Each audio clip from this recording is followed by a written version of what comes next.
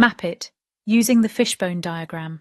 The Fishbone Diagram helps learners explore causes and effects by visually organising the reasons behind a particular event, idea, or outcome. At the heart of this organiser is the thinking skill, connect, guiding learners to make conceptual links between factors and their consequences. This tool is particularly useful when learners are investigating a problem or exploring complex systems where multiple causes contribute to a single effect. To use the Fishbone Diagram in your classroom, start by identifying a problem, question, or outcome. This is written at the head of the fish.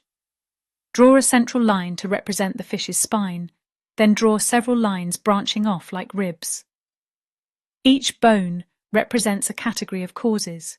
These might be social, environmental, economic, or emotional, depending on the topic. Learners then add specific contributing factors onto each rib, discussing how these causes are connected to the overall outcome.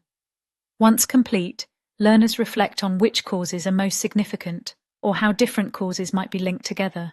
This organiser is ideal for subjects like history, e.g., what caused the Great Fire of London, science, e.g., what leads to climate change, or English, e.g., what led to a character's decision in a story.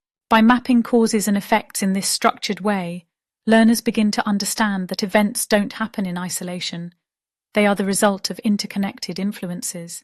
It helps them think more critically and ask better questions.